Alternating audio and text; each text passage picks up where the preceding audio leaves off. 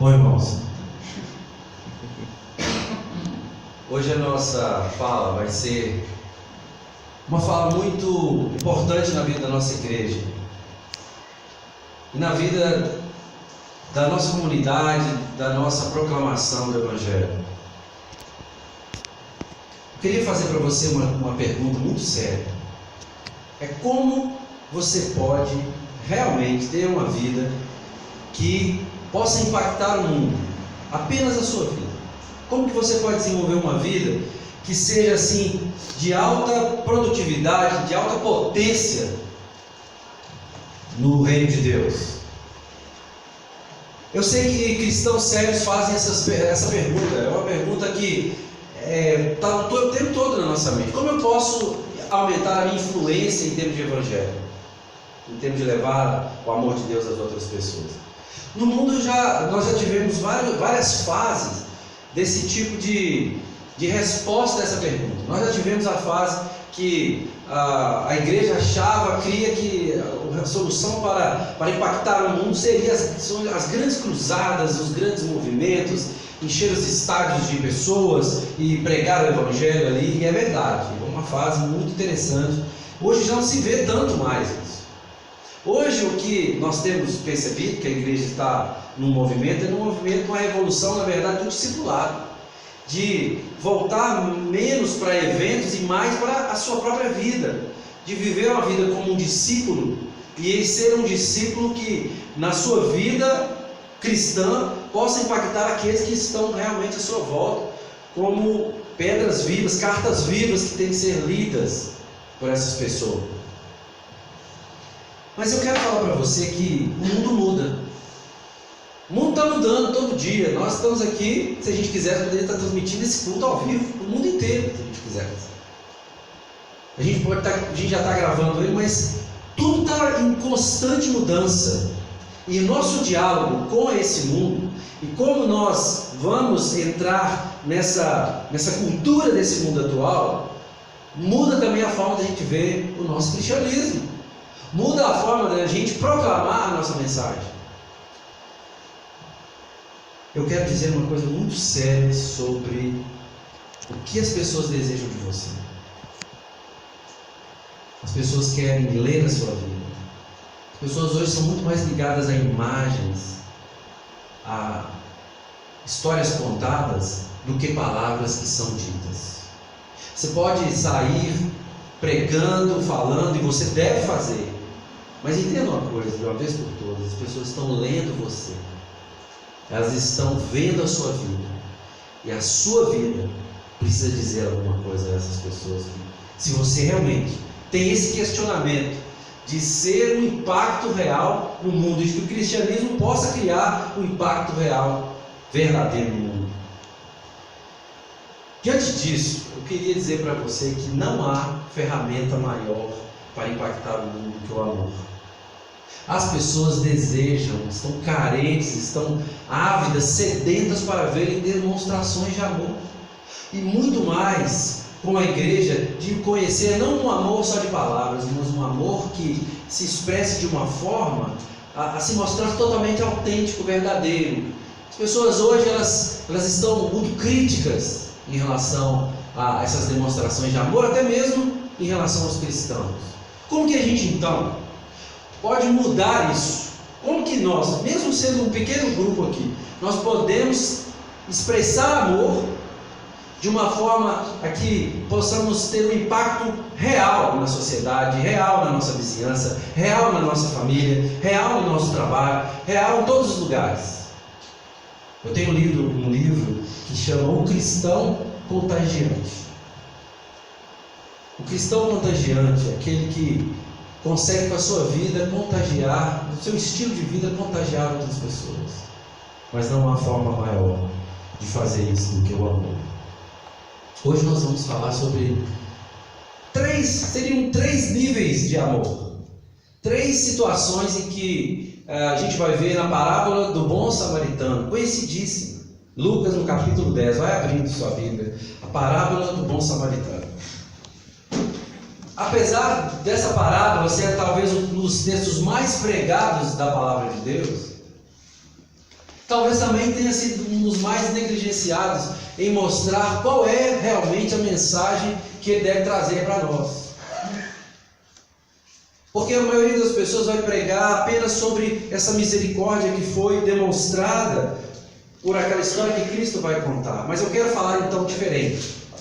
Eu quero falar de 3 estágios do amor. E com esse amor é um amor que nós vamos impactar as pessoas ao nosso redor. Vamos ler o texto então, Lucas, no capítulo 10, a partir do versículo 25 até o 37. Diz assim: Então se levantou certo doutor da lei, que para colocá-lo à prova, disse: Mestre, que devo fazer para ter a vida eterna? Jesus lhe perguntou: O que está escrito na lei? Como lês? Ele respondeu: Amarás o Senhor teu Deus de todo o coração, com toda a alma, com todas as forças e com todo o entendimento, e o próximo como a ti mesmo. Disse-lhe Jesus: Respondeste bem, faze isto e viverás. Ele, porém, querendo justificar-se, perguntou a Jesus: E quem é o meu próximo? E Jesus lhe respondeu: Um homem descia de Jerusalém para Jericó e caiu na mão de assaltantes, que o roubaram e, depois de espancá-lo, foram embora, deixando-o quase morto. Por acaso um sacerdote descia pelo mesmo caminho e, vendo-o, passou longe. De igual modo, também um levita chegou àquele lugar e, quando o viu, passou longe. Mas um samaritano, que ia de viagem, aproximou-se e, vendo-o, encheu-se de compaixão.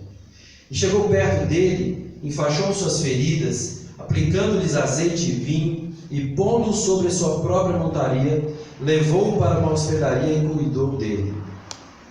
No dia seguinte, pegou 2 denários, entregou-os ao hospedeiro e disse: Cuida dele, quando voltar, te pagarei tudo o que gastares a mais. Qual desses 3 te parece ter sido o próximo que caiu na mão dos assaltantes? O doutor da lei respondeu: Aquele que teve misericórdia dele.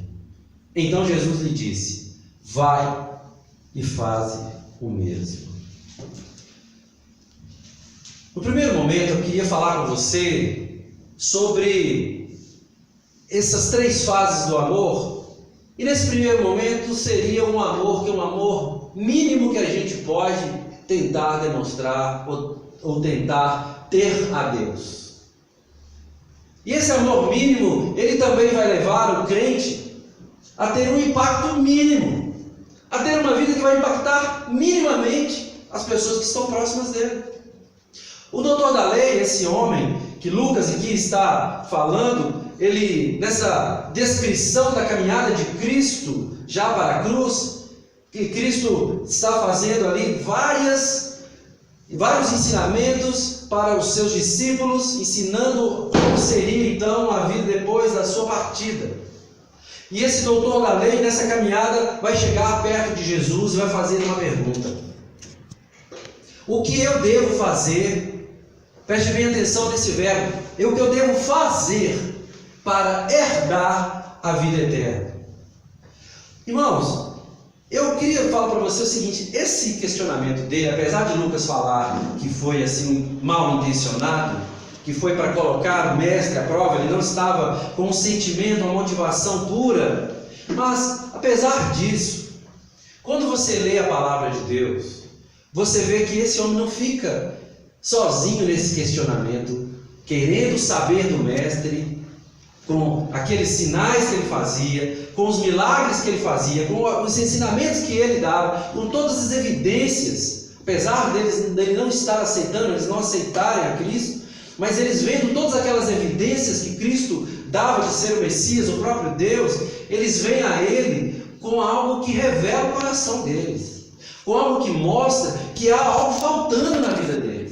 Eles vêm com uma dúvida, com uma sede de perguntar a Cristo: o que então eu posso fazer para herdar a vida eterna? Lembra do jovem rico? Cristo disse a ele: vai, vende tudo e me segue. Nicodemos também pergunta. São homens com grande poder de pensamento, com grande cultura, com grande conhecimento da religião, mas que estão ali em dúvida, estão ali com sede, e vão fazer essa pergunta. Tem isso batendo ali no seu coração, pulsando no seu coração. O que eu posso fazer para ter certeza então da vida eterna nesse reino, no seu reino, Jesus? O que eu preciso fazer para entrar nesse seu reino então? Estão resistindo ao discipulado de Cristo, mas ainda tem uma pergunta no seu coração. Eles são judeus. E nessa frase que ele diz, ele vai revelar algo que a religião judaica estava falhando completamente em relação a Deus. E ele vai dizer então um grande mandamento. E perguntaram a Jesus em Mateus, assim, como você resumiria a lei e os profetas? Ele vai dizer, essa passagem aqui, se vocês verem que tem uma partezinha recuada na sua Bíblia, é porque são citações do Antigo Testamento.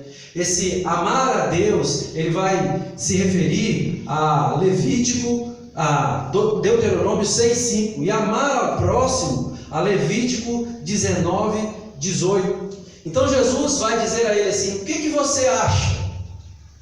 Esse homem vem com essa armadilha, né? Ele vem com uma armadilha para Jesus, mas Jesus devolve com uma pergunta. Ele inverte, ele falou, então, o que diz a lei?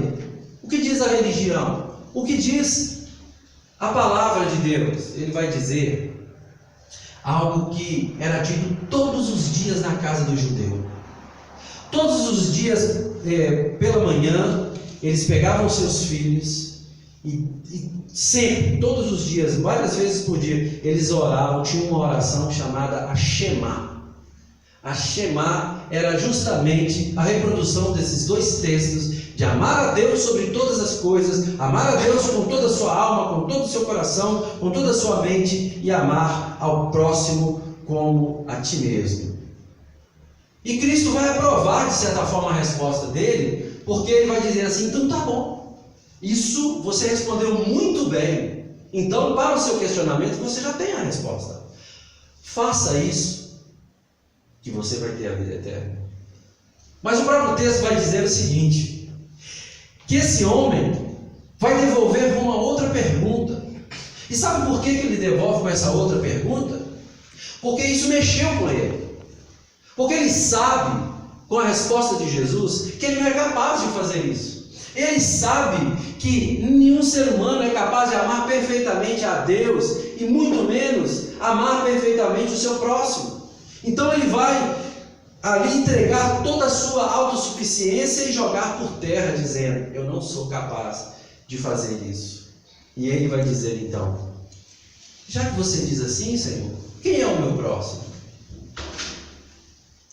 Ao invés de se ajoelhar e clamar a Jesus por graça, por misericórdia, por amor, dizendo, ser propício a mim, pecador, eu sou um pecador incapaz de amar nesse nível, ele vai tentar então fazer o que na maioria das vezes o crente faz ainda nos dias de hoje. Ele vai tentar responder a esse amor, a esse amar, a essa demonstração de amor, um amor mínimo a Deus. E como ele vai tentar limitar esse amor? Ele vai fazer uma pergunta. O seu coração vai mostrar que o sistema que ele vive é esse. Ele vai fazer, então quem é o meu próximo? Essa pergunta é uma pergunta muito interessante, porque o judeu, ele tinha um jeito de viver assim, eles viviam em família, né? Ali os mais próximos do núcleo, e aí eles viviam depois os primos, os tios, era uma comunidade muito assim, circular. Então eles tinham uma ideia, né? Aí teria os samaritanos, aí teria os gentios, aí teria... O amor era meio que circular. E eu amava, então a tendência era de amar aquele mais próximo, os laços étnicos, os laços religiosos, os laços de sangue, seriam então os alvos do nosso amor. Ele está perguntando assim, Jesus, então nesses círculos, né? Nesses círculos, nesses limites, até onde estará o meu próximo? Vocês estão percebendo que ele está querendo então limitar o raio de ação do amor dele? Ele está querendo se entregar o mínimo. Ele está querendo colocar assim, os seus objetos de amor assim, o mais próximo dele, mais restrito. Eu li nesses dias, estudando para esse texto, para essa mensagem, uma frase que me tocou assim, que eu queria que você pensasse muito nela. O amor verdadeiro, ele não se inicia pela definição dos seus objetos. Não é esse o ponto de partida do amor. Então, ele vai dizer assim, olha, Cristo perguntando e falando com ele sobre a lei, e vendo esse movimento do coração judeu, como que eles estavam falhando, ele vai dizer para esse homem, da incapacidade dele, de pela lei, se achegar à perfeição de Deus, de pela lei, atender à justiça de Deus, de pela lei, realmente demonstrar o verdadeiro amor que Deus tem por nós. E Deus, irmãos, nunca... Olha, na palavra de Deus nunca diz que Deus salva pela lei. A palavra de Deus nunca disse que nós cumprirmos alguma coisa, nós poderíamos alcançar o favor de Deus. É claro que a Bíblia diz que os obedientes, eles vão ter, claro, benefícios, eles vão ter uma comunhão com Deus, mas você obedecer a uma lei, Deus nunca mandou o povo de Israel fazer isso, porque Deus sempre salvou pela graça. E eles não criam isso. E eles estavam então em dúvida, porque esse tipo de amor que eles estavam vivendo é um amor mínimo. Nunca nós poderemos alcançar o perdão de Deus, a justiça de Deus com as nossas forças. Mas o doutor da lei, ele está tentando viver um amor mínimo. Ele está tentando responder minimamente ao amor de Deus. Como que gente, tipo esse doutor da lei, muitos podem dizer um fariseu, um saduceu, como que as pessoas ainda hoje tentam viver com amor mínimo em relação a Deus? Nós temos vários exemplos. Nós temos vários exemplos e talvez você possa identificar em você essas características de pessoas que, como esse doutor da lei, elas estão querendo as discussões teológicas, eles estão querendo os detalhes, a nuance, são pessoas muito boas, que elas têm um senso de justiça, né? Um senso de fazer as coisas certas, de obediência, mas, irmãos, isso é o mínimo que nós podemos fazer para Deus. E com isso nós vamos causar um impacto mínimo na sociedade. Sabe o que é perigoso? Você tentar expressar minimamente o amor? Quando eu morava em Dayabira, chegou um dia, um aniversário de casamento, que eu decidi que eu ia dar um presente, fazer alguma coisa pela Marisa, porque não podia deixar passar aquela data em branco. Acredito que deve ter sido aniversário de casamento, então foi algum aniversário, alguma coisa muito especial. Mas naquele dia eu acordei pela manhã e eu tive uma ideia, eu falei assim, eu vou arrumar um jeito de dar flores para ela. Só que nessa cidade, o único lugar que você poderia encontrar flores seria no jardim da casa de alguém, porque não tem nenhum tipo de floricultura nessa cidade. Então eu falei, mas o importante é dar as flores. E aí eu tive que saltar alguns muros, pular algumas cercas, claro que eu pedi às pessoas, né? Isso aí só para aumentar o desafio, eu pedi, ó, eu estou querendo levar umas flores, está com umas flores tão bonitas, e fui lá, fiz um buquê de flores dessas de quintal, de jardim, e ajudei com a secretária, me ajudaram a amarrar aquilo com um laço bonitinho e entregar, né, para ela depois que eu chegasse no trabalho, porque eu trabalhava no distrito, tinha que viajar, e cheguei em casa e meio constrangido entreguei essas flores para ela. Eu nunca vi a Marisa assim tão emocionada como eu vi nesse dia, porque ela sabia que eu tinha dado o meu máximo. Ela sabia que aquilo ali expressava muito mais, apesar, né, de ser tão simplório, são flores que nunca você encontraria numa floricultura, mas ali expressava o máximo do meu amor por ela. Agora, se você por acaso tentar fazer isso hoje, aqui em Montes Claros, isso tem um sentido totalmente diferente.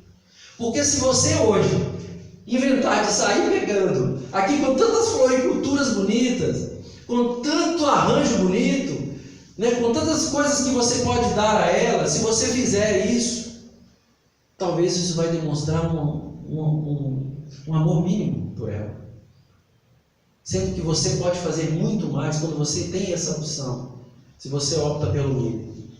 Esse é o perigo de um crente viver a estratégia do mínimo, a estratégia de uma ação que não reflete realmente a obra que Deus tem feito na vida da gente e que Ele entregou a sua vida por nós. Nós precisamos, irmão, nessa manhã remover os empecilhos que nos impedem a amar a Deus no máximo. Nós precisamos sair dessa posição muitas vezes com esse tipo de amor de doutor da lei, vendo o Evangelho como a participar de coisas, a fazer coisas, porque sabe o que acontece? A gente parece que quando a gente vai nesse movimento, a gente entende que o movimento do amor de Deus é esse, a gente vai entregando sempre menos. A gente sempre quer dar menos. A gente sempre quer ter mais conforto, que é o que a cultura manda a gente ter. Quanto mais conforto eu tiver, mais feliz eu serei. E nós vamos entregando a Deus sempre menos, o mínimo das nossas vidas. Olha, um amor mínimo. Se você está nessa estratégia do amor mínimo, quero dizer que seu impacto na sua geração é e será mínimo, se você não mudar essa manhã. É esse movimento que esse homem acompanha na vida dele. Mas nós temos um amor maior. Seria o segundo degrau desse amor de Deus, de resposta de amor a Deus. Olha aí no texto, quando ele vai responder aquela pergunta, Cristo vai responder a pergunta então, essa pergunta limitadora dele. Quem é então o meu próximo? E Jesus, ele vai gastar realmente esse tempo maior contando uma história, contando uma ilustração, uma parábola. E então ele vai mostrar para o doutor da lei, então, quem deve ser o objeto do seu amor. O problema é que agora, ao contar esta parábola, ele vai inverter completamente esse questionamento. Se isso veio como uma armadilha, ele vai contar uma história que vai, na verdade, perguntar quem é você? A história vai se desenvolver como um homem que vai numa viagem ser atacado por ladrões. E ao ser atacado por ladrões, ele vai ser deixado ali semi-morto, ali à beira daquela estrada, uma estrada muito perigosa, uma estrada que tinha muitas cavernas, era de Jerusalém para Jericó, era uma descida muito íngreme. E nós podemos contar aqui todas as nuances dessa viagem, mas eu queria colocar essa história um pouco mais contextualizada. A história que Jesus contou, e eu pensei assim, se Jesus fosse contar hoje, como que ele contaria assim, essa história para pessoas da cultura atual? Então eu vou contar mais ou menos assim, que é a história que Jesus ia contar. Bom, não quero ser tão pretensioso assim, né? Pelo menos eu acredito que ele contaria assim. Tinha chegado, mais ou menos, um domingo à noite, e tinha um crente que estava indo para o culto, mas nesse meio dessa estrada deserta, ele teve um problema no seu carro, o motor ferveu e ele ficou parado à beira do caminho, ali com aquela fumaçona, naquele breu, naquele negócio, assim, aquela escuridão, e preocupado o que ele deveria fazer. Então, eis que surge lá distante um farol, e era o farol do carro do pastor. E o pastor estava indo, atrasado já para o culto. E ele, atrasado, olhando o relógio, ele vem e vai passando próximo dessa cena. Dá para perceber claramente que esse irmão está ali com um problema no seu carro. E ele vem, ao invés de ele chegar, ele passa ali para a contramão, passando um pouquinho mais longe, dá uma olhada, bate o olho no relógio e diz: eu estou atrasado. Olha para o irmão e não faz nada. E continua o seu caminho. Nesse mesmo momento, vem o farolzinho lá, outro farol, e ele batendo sua mão, desesperado. Eis que é o líder do louvor da igreja, que também está indo para aquela igreja, o mesmo irmão está indo. E ele passa, chega a tirar o pezinho do acelerador, dá uma olhada, olha o relógio, estou atrasado, vou atrasar para o culto, para estar lá na presença do Senhor. E passa direto, e o irmão fica ali esperando. Mas no terceiro momento vai aparecer então um outro farol, e esse farol vai diminuindo, indo até que ele vê aquela situação e para o seu carro. E quando desce daquele carro, desce um ateu, punk, aquele cabelo moicano, cheio de piercing, tatuagem, alargador, calça rasgada, todo maluco, e ele falou assim: agora eu estou lascado. Mas esse homem chega, ele vai até o irmão, e ele olha, liga para um amigo seu que tem um guincho. Esse irmão, esse amigo chega lá, pega o carro dele, ele leva esse homem até a oficina, e o homem fala: olha, pode ter um problema aí, e demora um pouco mais para resolver. Ele fala: olha, eu estou tendo um compromisso, mas eu vou deixar aqui, você com ele aqui, você resolve o problema dele. E sem que o crente saiba de nada, ele chega lá para ele e fala assim: ó, faz o seguinte, você libera ele que eu vou pagar o conserto do carro dele. Esse é o impacto que Jesus queria causar. Essa é a loucura que aqui para nós tem essa mensagem. Porque depois ele vai perguntar assim: quem foi o próximo de quem? Aqueles que negligenciaram a necessidade do seu irmão? Ou foi aquele que parou e aquele que atendeu? E o judeu vai responder: o próximo é aquele que teve misericórdia, aquele que sentiu a miséria do outro, aquele que se identificou com a necessidade do outro, aquele que teve um amor capaz de superar o seu conforto, capaz de superar as suas dificuldades, talvez o atraso ali daquele compromisso. Foi aquele que realmente demonstrou um amor que é muito maior do que a religião demonstrou. Religiosos que passaram por ali, levita, o sacerdote. É bem provável que esse doutor da lei, ele esperava uma resposta assim: agora vai falar de mim, agora ele vai falar dessa casta superior. Porque na verdade eles desprezavam também os sacerdotes, desprezavam também os levitas, e tinham uma ideia de si mesmo altíssima. Mas Jesus diz assim: foi o pior elemento que poderia ter passado por ali, seria um samaritano. Esse inimigo do povo de Deus, esse sujeito desprezível, foi ele que teve misericórdia. Quem tem misericórdia? Quem é o nosso próximo? Irmão, essa pergunta realmente é invertida. Porque o que Jesus está querendo perguntar para a gente hoje não é que a gente pense em quem vai ser o objeto do nosso amor, mas é pensar que qual é o sujeito do amor. Ele quer perguntar para você: quem é que deve amar? Se existe uma religião na terra, ou alguém que responda ao amor de Deus, como que a gente faz isso? E não perguntar a quem a gente vai fazer isso. O problema é com você, o problema é comigo. Não tem nenhum problema com fazer esse tipo de movimento, porque para seguir o verdadeiro amor, movimento de Deus, nós precisamos nos conectar. Qual é o estímulo que Ele está dando para você? Qual é o sinal que Ele está dando para você? A questão é: quem é você? Cristo não contou muito mais depois dessa história. Essa história ela vai terminar aqui, porque esse homem ele precisa responder de alguma forma, e ele vai responder a resposta que Cristo queria.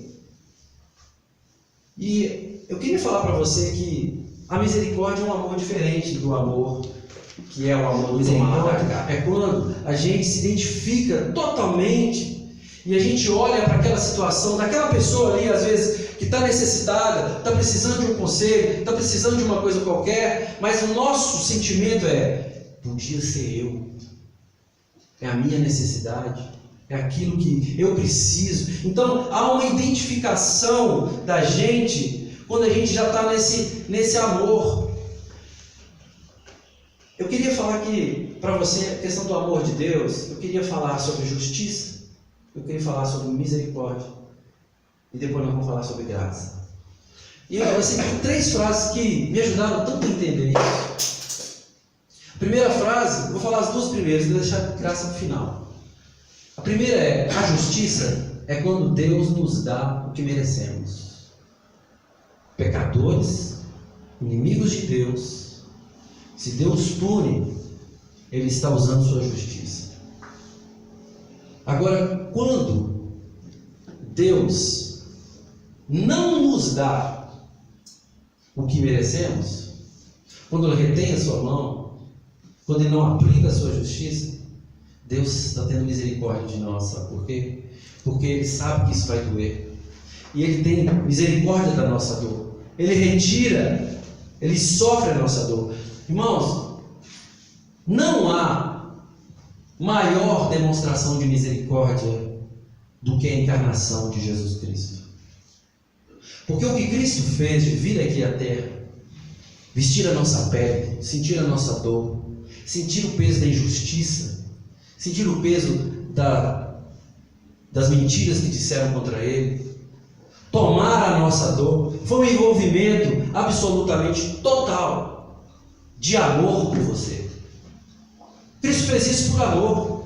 Então, eu quero dizer, o cristianismo que nós precisamos não é o cristianismo daquele nível justiça, eu faço pela lei, não é isso. O cristianismo que nós precisamos também é o da misericórdia, de vivermos algo mais extenso, uma ação maior. Eu poderia parar de pregar aqui e começarmos a falar que então esse texto é para a gente ter misericórdia e começar a fazer só ações sociais. Isso é importantíssimo, porque nós só vamos mostrar lá fora, com o impacto real, de que nós não somos hipócritas, se a gente começar a mostrar de forma prática para esse mundo. Porque o que nós somos chamados lá fora são de hipócritas, porque muitas vezes demonstramos um amor legalista, porque a gente passa por eles e não faz nada, porque a gente vê a injustiça no mundo e não faz nada, porque nós não fazemos como Cristo faz, como Cristo fez, se encarnou e dando a vida por nós, e vindo aqui sofrer a nossa dor. Nós queremos viver no conforto enquanto os outros estão padecendo. Nós não estamos vivendo um amor legalista e somos chamados de hipócrita todos os dias. Por isso é que preciso crescer, irmão. Nós não podemos amar minimamente a Jesus, não. Nós temos que andar e ter um amor muito maior. E foi isso que Jesus falou aqui, questionando esse homem, mas agora ele não vai dar mais uma resposta a uma pergunta desse homem. No terceiro momento, ele vai simplesmente, é a última frase desse texto, que vai dizer, a frase que Cristo vai dizer assim: então Jesus lhe disse, vai e faz o mesmo. E essa frase que ele vai dizer no terceiro momento, ele vai mostrar então que nós não podemos parar na misericórdia, que talvez seja um amor máximo que o indivíduo pode mostrar pelo outro, mas um amor supremo que veio do céu, que a gente não conhecia e que você não conhecia na sua vida. Esse não é mais do que o máximo, ele é supremo, porque por essa ordem assim, então vá, então agora faça o mesmo. Esse homem não dá resposta. Esse homem não tem nenhuma reação aqui. Lucas não fala nada sobre o que aconteceu depois dessa cena. Mas por que ele não conta nada? Porque esse homem provavelmente não fez o que ele deveria fazer e que nós temos que fazer, que é derramar a Jesus ali de joelhos, ali perto de Jesus, e clamar graça a Ele, falar: Jesus, eu não consigo, eu nunca vou conseguir, eu nunca vou chegar no padrão que Deus quer que eu chegue. Eu nunca vou conseguir amar com essa forma que o Senhor ama, essa forma perfeita, ter uma misericórdia tão grande por qualquer um, amar o inimigo. Ele deveria ter clamado. E o convite aqui que Jesus estava fazendo a ele era o convite da graça. É que ele realmente mudasse de vida, é que ele realmente desconstruísse tudo aquilo e abrisse o seu coração para ele. Sabe que uma coisa me impactou muito há uns tempos atrás é o seguinte, sobre o cristianismo, é que nenhum mandamento, irmãos, nenhum mandamento tem dentro dele a força para causar obediência em nós. A força vem de outro lugar. Ninguém vai conseguir alcançar esse padrão, a não ser que receba de algum lugar poder para alcançar esse padrão. Você nunca vai conseguir pela sua força, você nunca vai conseguir amar a Deus dessa forma e a ser aceito por Deus se Ele não der um poder para você. Falar de amor a Deus impacta o nosso cristianismo, porque ao mesmo tempo eu acredito que a gente nem sabe direito e nem tem falado muito sobre o que é o amor de Deus por nós. A gente costuma recitar João 3,16, porque Deus amou o mundo de tal maneira que deu o seu Filho unigênito para que todo aquele que nele crê não pereça, mas tenha vida eterna. Quando a gente vai criar os nossos filhos, esse é o primeiro versículo que eles decoram. E quando a gente está em maus lençóis, alguém manda a gente falar o versículo de cor e não vem outro, o que a gente fala? A gente fala João 3,16. Mas esse texto, ele vai dizer o verdadeiro amor de onde vem. O verdadeiro amor é o amor que se importou. Deus não olhou para nós, os seus inimigos. Ele não olhou para nós, aqueles que deveriam receber a sua justiça. Aqueles que deliberadamente não o amam, não o amaram. E ele fala que ele nos amou. Fala que ele nos ama. Irmãos, que tipo de amor é o amor de Deus? É um amor pelos seus inimigos. Mas é um amor que venceu a negligência, é um amor que venceu o conforto, é um amor que venceu a indiferença.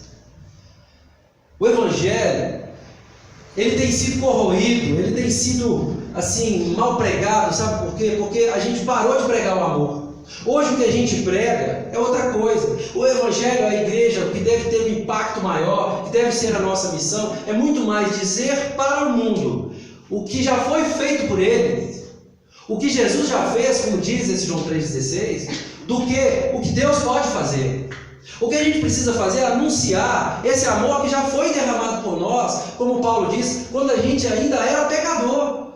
Nós não precisamos fazer nada e nem tivemos que fazer nada para que Deus nos amasse, para que nós primeiros fôssemos seus amigos para Ele nos amar. Esse não é o tipo de amor de Deus e também não é o tipo de amor que você deve ter.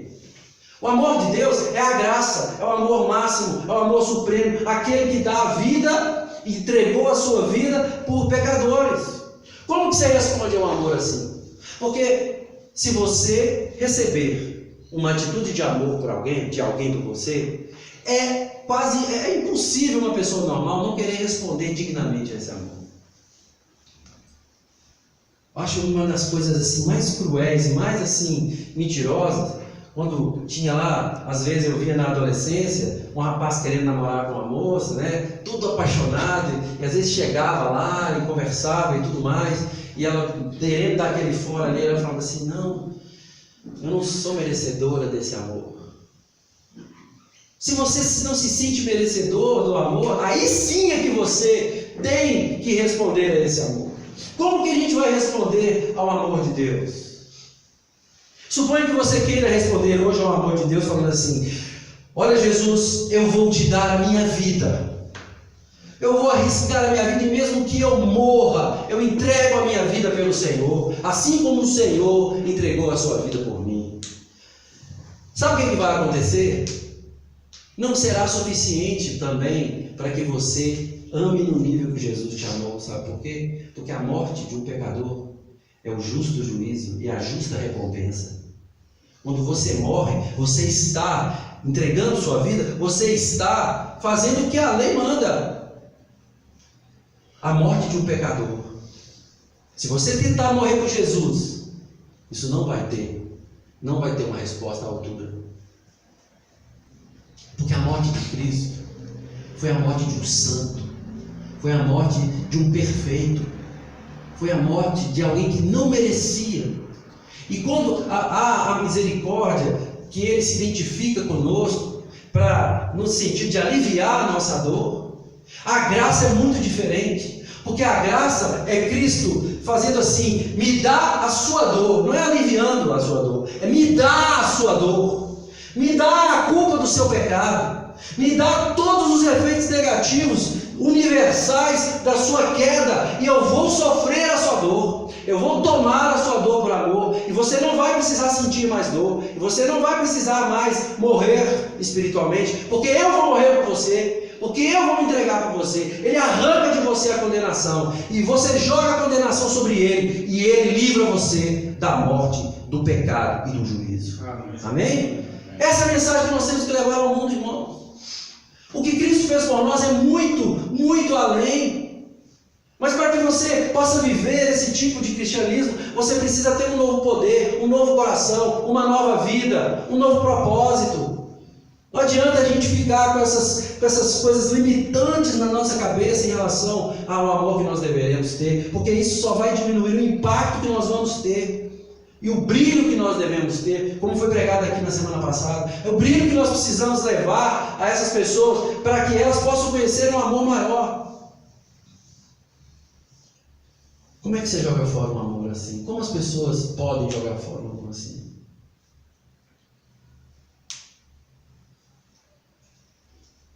Que tipo de resposta você tem dado realmente ao amor que Deus derramou na sua vida?